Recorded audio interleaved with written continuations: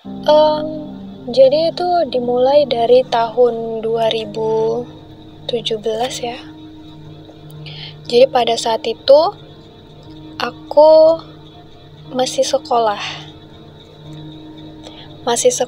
Duduk di bangku SMA.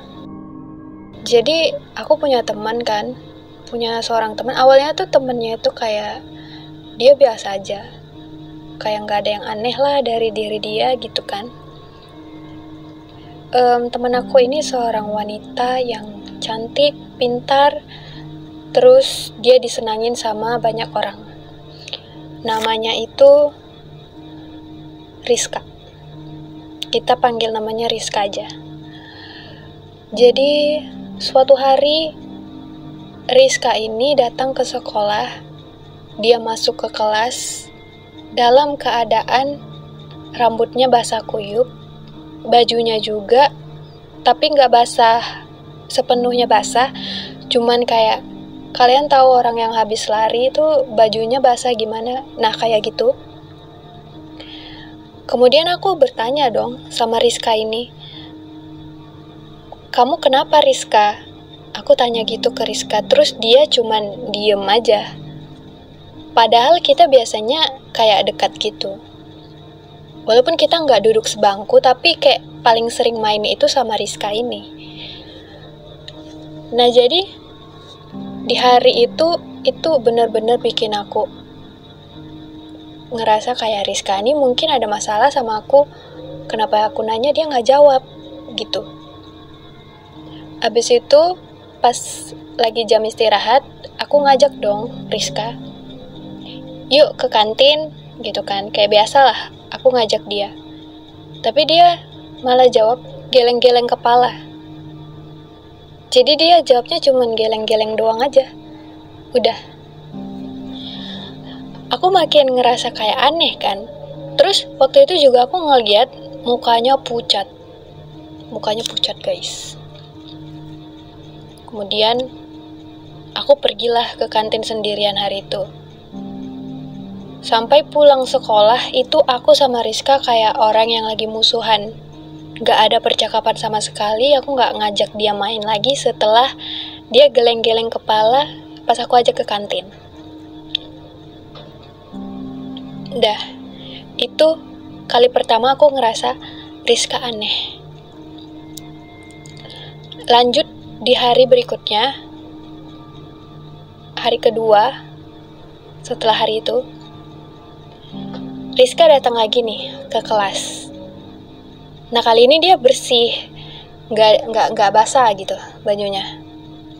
Bajunya nggak basah, rambutnya nggak basah, terus wajahnya juga nggak pucat.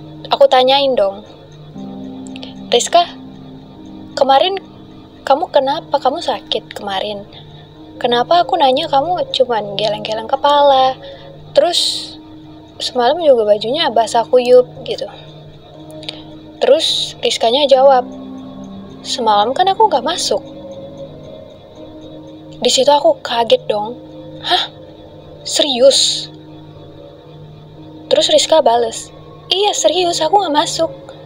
Lah tanya aja sama guru semalam, wali kelas, aku nggak masuk." Terus aku izin dong sama sekretaris kelas, aku cek semalam absennya emang Rizka nggak datang gitu kan. Terus aku cek itu absennya, absen buku kelas. Pas aku cek, lah iya absen. Terus yang semalam aku ajak ngobrol siapa? Di situ aku udah kayak, wah gila. Ini aku sebenarnya lagi di prank atau gimana gitu kan. Terus aku tanyain lagi kan sama temen yang lain, yang sebangku tuh sama Rizka. Aku tanya ke dia, "Semalam Rizka emang gak dateng ya?" Terus teman sebangkunya itu namanya itu Putri. Panggil aja Putri namanya ya guys. Nah terus Putri bilang, "Emang gak dateng, semalam kosong. Aku aja bingung kok ngomong sama siapa." Kata Putri gitu semalam. Dan di situ aku ngerasa kayak, oh my god, berarti aku ngomong sama, iya, sama hantu. Udah. Kemudian aku ceritain itu gimana fisiknya, gimana basah bajunya ke Rizka, ya kan? Aku ceritain tuh. Terus Rizka bilang, aku juga di rumah kayak ngerasa aneh sih. Badan aku kan waktu itu panas. Terus aku tuh sebenarnya sebelum absen, jadi sebelum hari dimana aku ngobrol sama sosok yang mirip Rizka itu, sebelumnya si Rizka makan di kantin bareng aku, tapi kan dia izin ke toilet tuh. Jadi sempat misah nih kami, aku luan balik ke kelas, sedangkan dia masih di toilet. Aku nggak nemenin. Jadi dia ke toilet dulu, terus kata dia di toilet, dia kayak ngeliat ada yang benda-benda aneh gitu di toilet. Terus dia kan mau ngambil gayungnya tuh, ya kan? Mau ngambil gayungnya, mau nyebok. Terus nggak sengaja itu benda kegeser gitu, jadi jatuh. Bendanya itu katanya Rizka kayak ya mirip-mirip gini gambarnya ya guys. Jadi kurang lebih kayak gini. Nah, kesenggol sama Rizka, jatuh masuk ke dalam WC. Dan saat itu Rizka kayak mau ngambil tapi jijik gitu.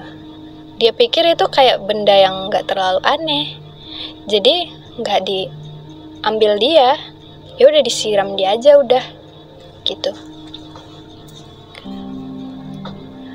Nah, lanjut lagi di keesokan harinya, Rizka sakit lagi, dia absen lagi, tapi kali ini aku nggak ngelihat sosok itu datang masuk kelas lagi. Pokoknya kosong kelasnya, nggak ada Rizka. Terus aku datang dong ke rumahnya Rizka. Aku tanyain ke orang tuanya Rizka kenapa nggak datang. Terus kata orang tuanya, Rizka lagi sakit. Dan sakitnya itu bener-bener aneh. Sakitnya itu bukan sakit yang kayak demam atau batuk atau gimana. Biasanya kita sakit dan absen sekolah lah. Tapi ini sakitnya itu kayak Rizka tuh nggak bisa merem. Kedip juga enggak, itu matanya sampai berair-air merah. Terus badannya kaku.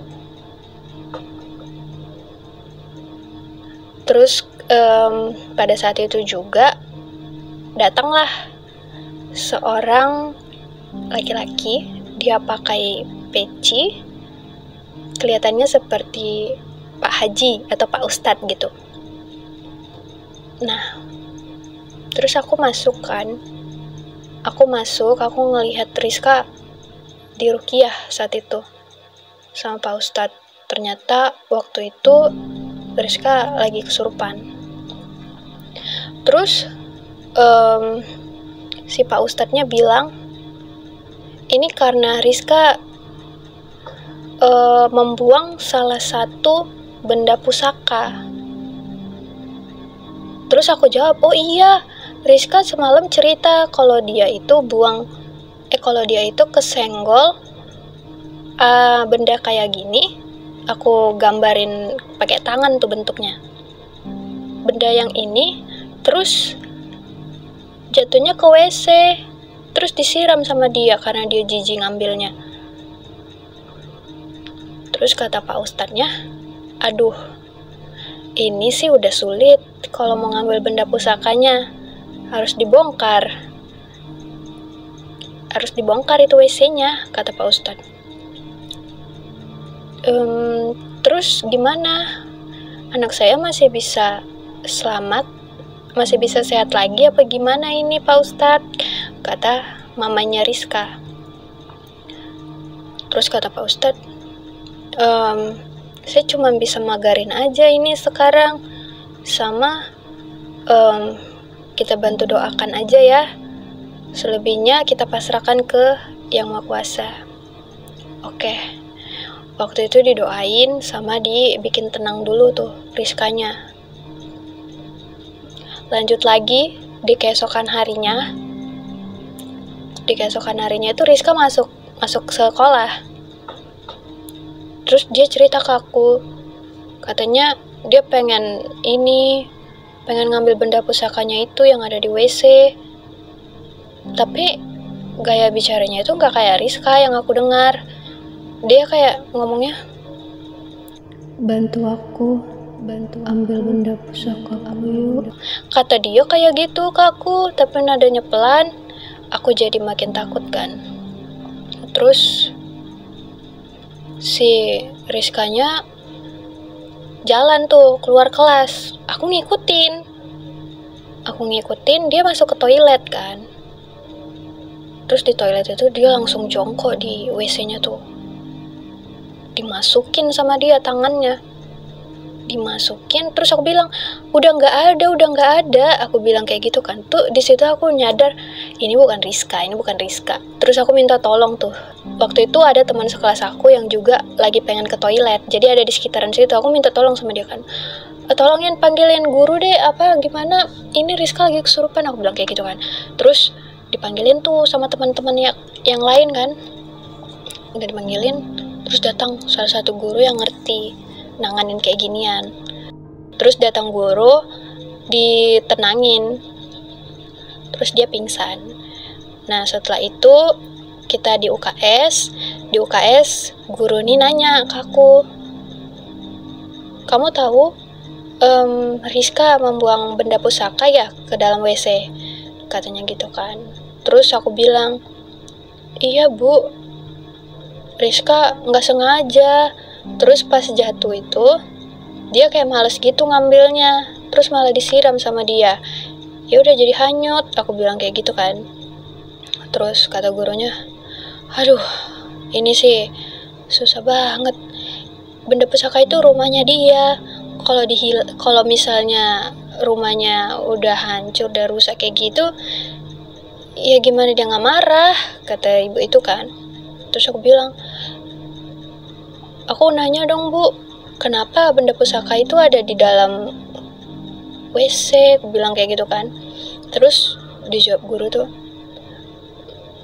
ibu juga kurang tahu ya itu benda pusaka kenapa bisa jadi di situ. Tapi ibu tahu itu punya siapa, cuman ibu gak mau ngasih tahu ke kalian, nanti kalian malah jadi menjauhi teman kalian yang itu, katanya gitu. Yaudah, karena itu dirahasiakan sama si guru, akhirnya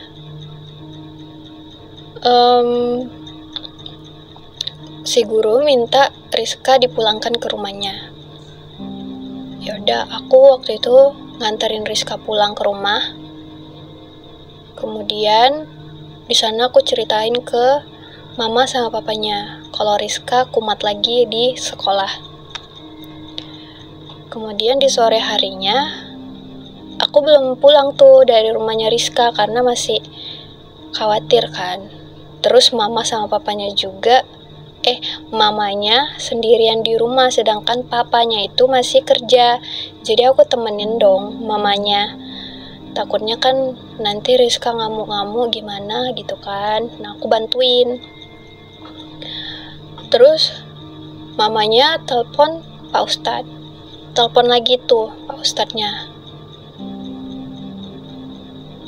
Beberapa waktu kemudian Pak Ustadznya datang barengan sama papanya Rizka datang, tapi beda mobil. Nah, terus papanya Rizka berlari ke dalam sambil panik gitu kan, langsung lihat Rizka. Terus di situ Rizka keadaannya masih sadar. Rizka masih sadar, cuman dia kayak ngelamun aja gitu. Dia kalau diajak berkomunikasi nggak menjawab, cuman melamun, tatapannya kosong gitu aja pokoknya. Nah, kemudian Pak Ustadz, ini Pak Ustadznya yang berbeda ya, bukan kayak yang pertama. Pokoknya orang yang berbeda dari hari yang pertama. Nah, Pak Ustadznya ini datang, terus dia bilang,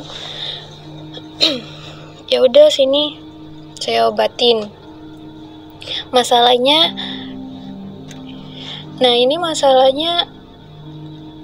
si pemilik benda pusaka atau si penghuni benda pusaka tersebut marah karena rumahnya dibuang.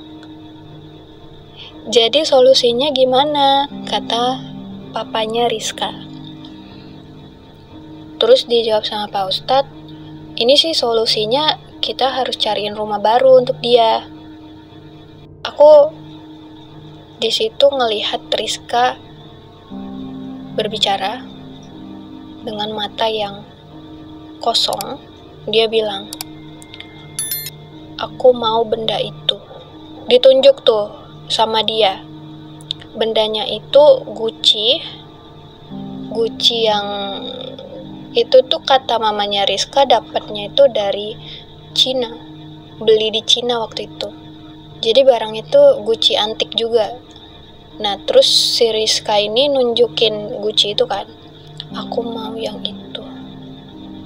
Terus Pak Ustadz akhirnya bilang, oke, kami kasih benda itu untuk kamu jadikan rumah, tapi lepaskan anak ini. Terus kata si Rizka itu, sosok yang merasuki Rizka, dia bilang, iya, aku akan pergi dan tidak mengganggu anak ini lagi setelah aku punya rumah baru. Tanya gitu. Akhirnya dilakukanlah pada malam hari itu kayak ritual gitu, aku nggak ngerti juga. Pokoknya Gucci-nya dikasih ke Rizka, dipegang sama dia, dan setelah itu udah Rizkanya sadar. Rizkanya balik normal lagi sampai kita lulus. Rizka tidak mengalami hal-hal aneh lagi. Pokoknya itu adalah kejadian mistis yang benar-benar aneh menurut aku yang aku alami di waktu SMA.